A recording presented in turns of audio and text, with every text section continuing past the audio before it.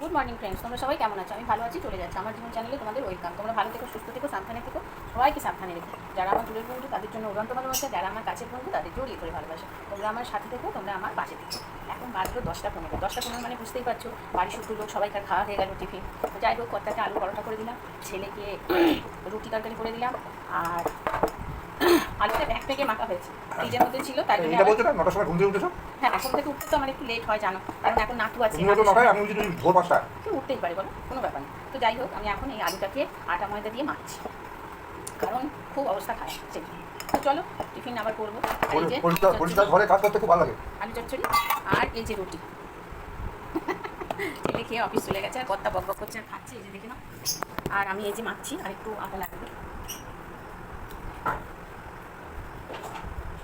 আবার নিম্ন চাপ হয়েছে, কেন? আবার জল হবে 3 নিম্ন আর বিঘ্ন যা হবে হোক, নাকি বন্ধুরা? নিম্ন আর বিঘ্ন যা হচ্ছে হোক, হতেই তো শুরু করেছে। দক্ষিণবঙ্গে সব পুরো ভাসিয়ে দেবে। দক্ষিণবঙ্গ তাহলে কি পুজোর সময় জল হবে বন্ধুরা? তোমরা কমেন্ট করো। হ্যাঁ চলো, আকাশে জল জমে গেছে। অনেক কাজ আছে। জামা কাপড় ভেজানোর জন্য মাসি এখানে রেখে গেছে নামিয়ে। আমার তো একটু ইচ্ছা নেই। দেখো কোথায় মেলবো বলো তো। আর এই যে এখানে দেখো ছল্লা হচ্ছে, দেখেছো? গলা দিয়ে এখনো কিন্তু নাবিনি। এইরকম উৎপাত।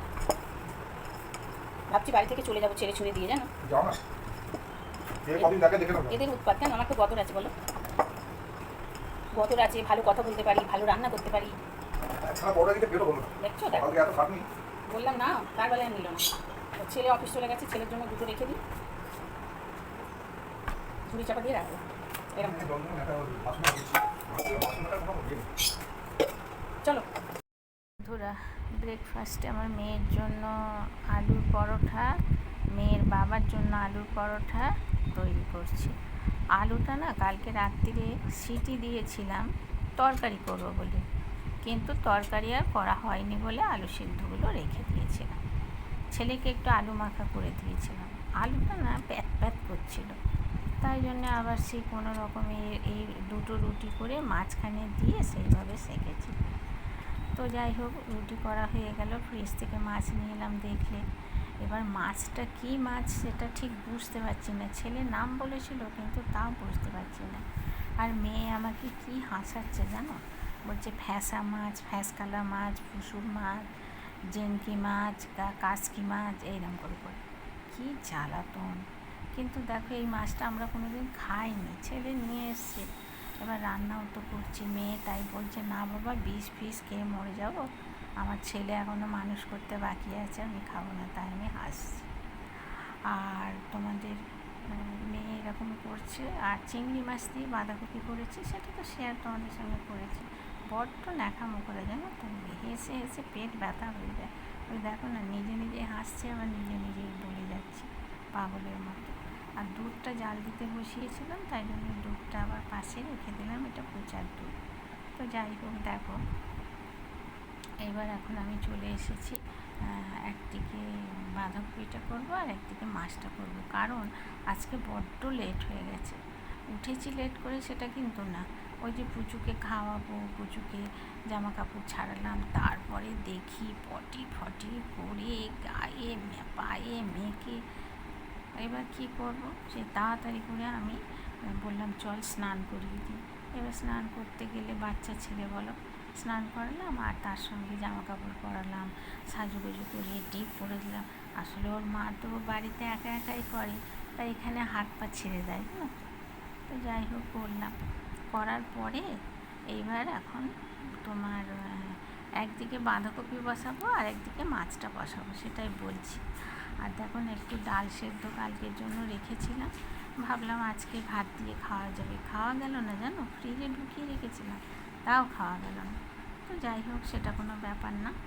তো একটু হলুদ দিচ্ছি। আর তোমার এই যে জিরে ধনেগুলো কবে থেকে জানো তো ভাবছি ঢালবো, কিছুতেই হচ্ছে না। ওই পুচার জন্য, পুচাকে খাওয়াবো, পুচাকে চান করাবো, পুচাকে 4বার খাওয়াবো, পুচাকে চান করাবো, পুচার জামা প্যান্ট পাল্টাবো, বলছি না, ওর মা হাত পা ছেড়ে দেয়। দিয়ে এবার এখন এই জিরেগুলোকে এত দিনে গোটা জিরে ঝাড়লাম, আবার তার পাশ থেকে পড়েও গেল, দেখলে তো, কাজ বাড়ানো আর কি, আর কিছুই না। আর আমি না নাইটিটা পা পর্যন্ত ঝোলে তো আমার একদম ভাল লাগে না। এবার এগুলো পুরনো হয়ে গেছে, সেই জন্য আর কাটাতেও দিতে পারছি না।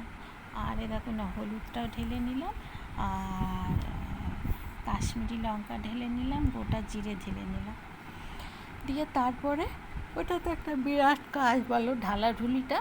তো যাই হোক, ঢালাঢুলি করে নিচ্ছি। দুদিকে দুটো তরকারি কিন্তু চাপিয়ে দিয়েছি, জানো তো। আর তোমার আর তোমাদের সঙ্গে কিন্তু অনেক কথা বলেছি। কি কথা বলেছি বলো তো? দেখো, বাঁধাকপিটা দেখে নাও, একটু হলুদ কম হয়েছে, দেব একটু লাল লঙ্কা দেব, সব কম হয়েছে। আর তোমাদের সঙ্গে কি বলছি জানো তো? আমার মেয়ে বলছে, দেখো বাবা, আমাকে একবার খুন্তি দিয়ে পুড়িয়েছো, আবার যেন পুড়িও না। ছোটোবেলায় ওরা কি করতো জানো তো? 3 বাপ বেটায়, বাবা ছেলে মেয়ে, ঠিক খাওয়ার টাইম হবে সেই সময় টিভি খুলে বসবে।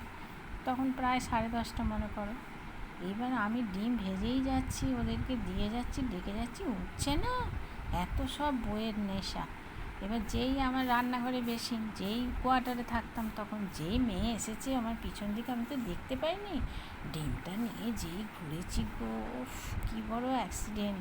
চোখের ভেতরে ডিম গরম খুন্তি ঢুকে গিয়েছিল। সেই রাত্রিরে সঙ্গে সঙ্গে কোম্পানির কাছে দেখাতে নিয়ে যেতে হয়েছিল, জানো, এমন অবস্থা। দিয়ে চোখটাকে ব্যান্ডেজ করে দিয়ে পরের দিন বলেছিল চুঁচুড়ায় দেখাতে যেতে। কী হাল জানো, সেই গল্পটাই মেয়ে করছে। আর ওই দেখো, মাছটা আমার ভাজা হয়েই গেছে। আর তোমার ডাল বসিয়েছি, দেখেছো তো, হাঁড়ি করে এখনও বসাইনি, ঠিক করে রেখেছি। আর তোমার বাঁধাকপিটাও মোটামুটি ওই যে বললাম হয়ে গেল। এবার ঘি দেবো, গরম মশলা দেবো, দিলেই বাস হয়ে যাবে। দেখেছো তো, প্রত্যেকটা নাইটে আমি কোমরে বাঁধি, আমার বড্ড অসুবিধা হয়, জানো তো। আমি একদম পা পর্যন্ত ঝোলা নাইটি সহ্য করতে পারি না। তো যাই হোক, রান্নাবান্না এবেলাতে হবে, আবার এবেলাতেই শেষ, আর কিছু করার নেই। তো যাই হোক, কী আর হবে, যা হবার হয়ে গেছে। এইবার খাওয়ার সময় আমার মেয়ে বলছে আমি তো খাবো না। তো বললাম ঠিক আছে, না খাস না খাবি। ওই চিংড়ি মাছ দিয়ে খেলো আর ডাল খেলো। যেহেতু আলুর পরোটা খেয়েছে, পেট ভার, অল্প একটু ভাত খেলো। আর এই দেখো, সন্ধে হয়ে গেছে, গুড ইভিনিং করে দিয়েছি, দিয়ে কুমড়ো আলুর তরকারি বসাতে এসেছি। আর তার সঙ্গে দুটো ছোলা ছিল দিয়ে দিলাম, একটু হিং দিয়ে দিলাম। আর কি খুঁজছি বলো তো, কোটো বাটা বের করে করে ওই যে ছোলা কটা ঢালবো বলে। কবে থেকে ছোলা কটা গিট মেরে পড়ে আছে, ছোলা ঢালা হচ্ছে না। আজকে ঢাললাম, কারণ এই সন্ধ্যাবেলায় মেয়ে বাড়ি গেল, হাতটা ফাঁকা হলো এইবার। আর বাচ্চাটা না একদম বেশি ঘুমায় না গো, কতটুকুনি ঘুমায়, আমি অবাক হয়ে যাই।